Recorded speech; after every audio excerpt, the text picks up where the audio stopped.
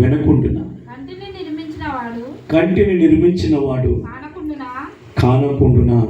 జాగ్రత్తగా మనసు పెడతాం. దేవుని యొక్క వాక్యము మనతో మాట్లాడాలని ఆశపడుతున్నది. అలాగే సామెతలు 15:3 కూడా చూడండి.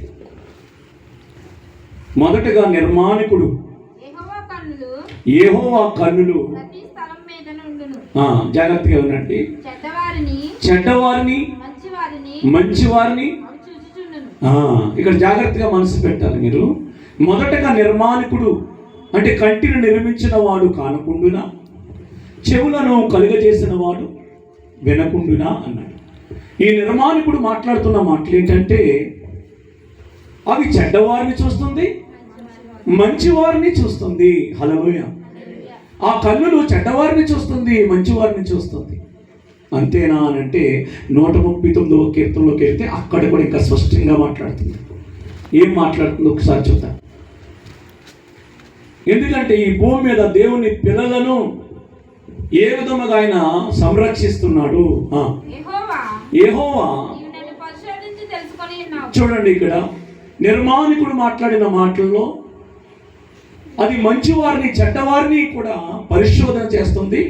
అయితే ఇక్కడ మాట్లాడుతున్న మాటలు అయితే కీర్తనకారుడు అని దావీదు ద్వారా మాట్లాడుతున్న మాటలు ఏంటంటే యెహోవా నీవు నన్ను పరిశోధించి తెలుసుకొని ఉన్నావు. హల్లెలూయా. ఇక్కడ ఆయన పరిశోధించి తెలుసుకొనిచున్నాడు. ఏమంటున్నాడు తర్వాత? నేను కూర్చుండుట, నేను లేచుట, నేను కూర్చుండుట, నేను లేచుట నీకు తెలియను. చూడండి, నాకు తలంపు పుట్టక మునిపే. చూడండి, మనకు ఒక తలంపు పుట్టక మునిపే ముందుగానే దేవుడు ఏం చేశాట? మనస్సును గ్రహించుచున్నాడు. తర్వాత నా నడకను నా పడకను పరిశీలన చేస్తున్నాడు. నా చర్యలన్నిటినీ బాగుగా తెలుసుకొని ఉన్నావు. యెహోవా మాట చూడండి, యెహోవా మాట నా నాలుకకు రాక మునిపే అది పూర్తిగా తెలిసినది. హల్లెలూయా. ఇక్కడ నిర్మాణికుడు మాట్లాడుతున్న మాటలు ఏంటంటే నేను కంటిని నిర్మించాను, చూడగలుగుతాను, చెవులను కలుగు చేస్తాను, వినగలుగుతాను. అయితే ఇదిగో నువ్వు కూర్చుంట లేచుట నీ వెనక ముందు నేను ఆవరించి ఉన్నాను. ఒక మాట నీ నోట రాకమునిపది నాకు పూర్తిగా తెలుసు. హల్లెలూయా. జాగ్రత్తగా మనసు పెడతాం.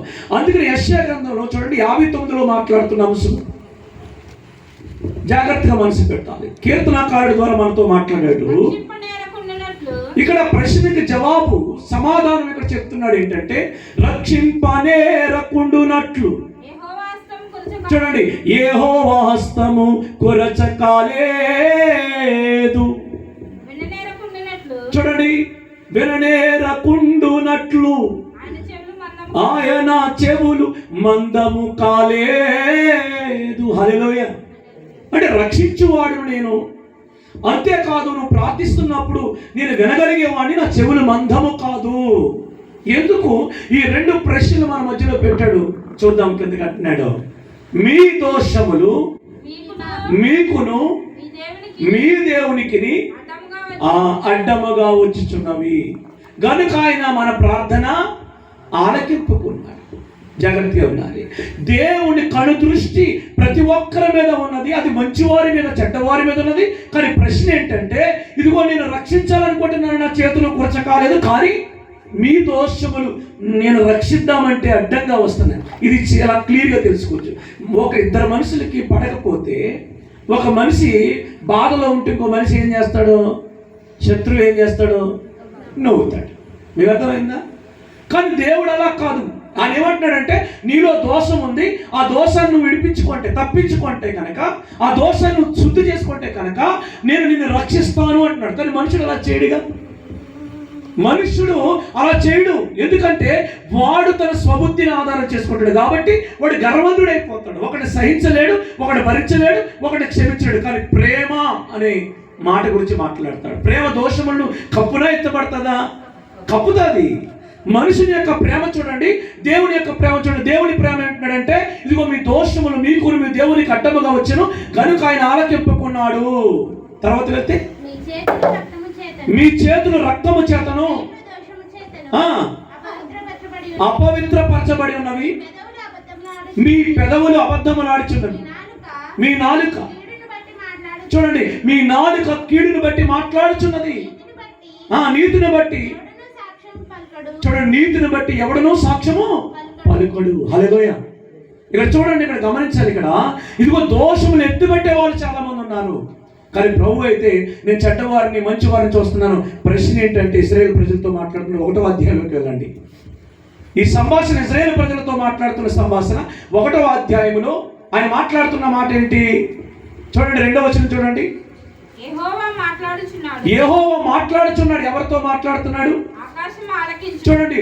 ఆకాశముతో మాట్లాడుతున్నాడు. ఆకాశము ఆలకించుము. ఇదిగో భూమితో మాట్లాడుతున్నాడు. భూమి చెవియొగ్గుము. చూడండి, ఆకాశానికి భూమికి సంభాషణ చేస్తున్నప్పుడు ఈయన ఎవరి గురించి మాట్లాడుతున్నాడు అంటే, నేను పిల్లలను పెంచి వారిని గొప్పవారిగా చేసి వారు నా మీద ఎవరు వీరంటే నా పిల్లలే నా మీద తిరుగుబాటు చేస్తున్నారు. అరే నా పిల్లలకి ఏమి లేదని చెప్తున్నాడు అక్కడ.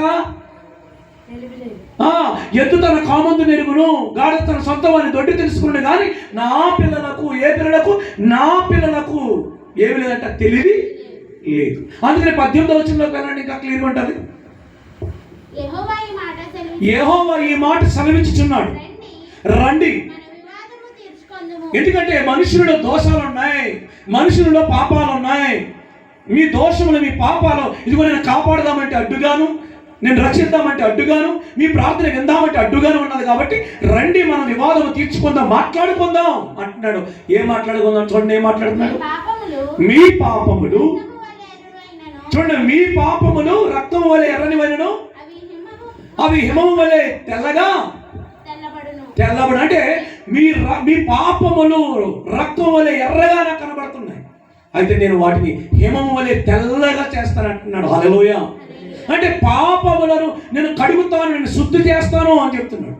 ఎందుకంటే కంటిని నిర్మించిన వాడు, చెవులను కలుగజేసిన వాడు చెబుతున్న సంగతులు ఏంటంటే, ఇదిగో నేను పరిశోధన చేస్తుంటే మీలో దోషములు మీకే అడ్డుగా ఉన్నాయి. మీకు అర్థమవుతుందా? అందుకని ఆయన మాట్లాడుతున్న అంశం ఏంటంటే, తర్వాత ముందుకు వెళ్దాం చూడండి.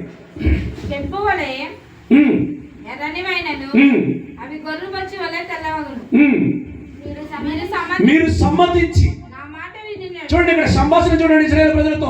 మీరు సమ్మతించి నా మాట వినేడలా భూమి యొక్క మంచి పదార్థములను మీరు అనుభవించేందుకు సమ్మతింపకపోయినలా ఇది ఒక ఖడ్గము పాలవుతురు అంటున్నాడు. హల్లెలూయా. ఆయన తీర్పు ఏంటంటే, నీ మాట అవునంటే అవును, కాదంటే కాదు. ఇదిగో నా నాటి నుండి వచ్చే మాట నీతి గల మాట కాబట్టి అది వ్యర్థము కానేరదు. నువ్వు సమ్మతిస్తే, నా మాట వింటే ఈ భూమి యొక్క మంచి పదార్థములు నీకు నేను అనుభవించేలా చేస్తాను. వినకపోతే ఖడ్గము పోలంటే వాక్యము 2 అంచులు గల ఖడ్గం అంటే తీర్పు పోలవుతావు. హల్లెలూయా. దేవునికి మహిమ కలుగును గాక. అందుకనే ఆయన మాట్లాడే ప్రతి మాట జాగ్రత్తగా మనం మనసు పెట్టాలి. దేవునికి స్తోత్రం కలుగును గాక. చూడండి, మరొక మాట మనం చెప్తాం. సామెతలు 20:27 చదవండి. సామెతలు 20:27 మనసు పెడతాం. నరుని ఆత్మ చూడండి, నరుని ఆత్మ యెహోవా పెట్టిన దీపము. చూడండి, అది అంతరంగములన్నీ శోధించును. ఏమంటుందంట? నరుని చూడండి, దేవుడు పెట్టిన దీపం అంటది. హల్లెలూయా. అంటాడు కదా, నా దీపము యేసయ్యా నీవు వెలిగించినావు. హల్లెలూయా. ఏ దీపమైతే దేవుడు వెలిగించాడు, ఆ దీపము అంతరంగం అన్నింటినీ పరిశోధన చేస్తుంది. అందుకని అంటాడు, నా ప్రాణమా, నా అంతరంగమైన సమస్తమా. చూడండి, మరవకూడదు ఆయన మేలులు. ఎందుకంటే మనలో పెట్టిన దీపం ఒకటి ఉంది. ఆ దీపం మన అంతరంగములన్నింటినీ పరిశోధన చేస్తుంది. దేవునికి స్తోత్రం కలుగును. అందుకని మన ఆత్మీయ జీవితము జాగ్రత్తగా ఉండాలి. మన ఆత్మీయ జీవితంలో ఎప్పుడైతే ఇదిగో మనము బలహీనం అవుతామో అప్పుడు మన ప్రార్థనకి మనమే ఆటంకముగా మారిపోతున్నాం. చూడండి, సామెతలు 24:12 చూడండి. ముగించుకుందాం. దేవునికి స్తోత్రం కలుగును గాక. ఈ సంగతి మాకు తెలియదని. ఈ మాటలు మనసు పెట్టండి. ఇది మనుషుని యొక్క క్రియలను గురించి ఇక్కడ సంభాషణ చేస్తున్నాం. ఈ సంగతి మాకు తెలియదని నువ్వు అనుకునే ఎడల చూచుచున్నాడు. చూసారా, హృదయములను పరిశోధించేవాడు.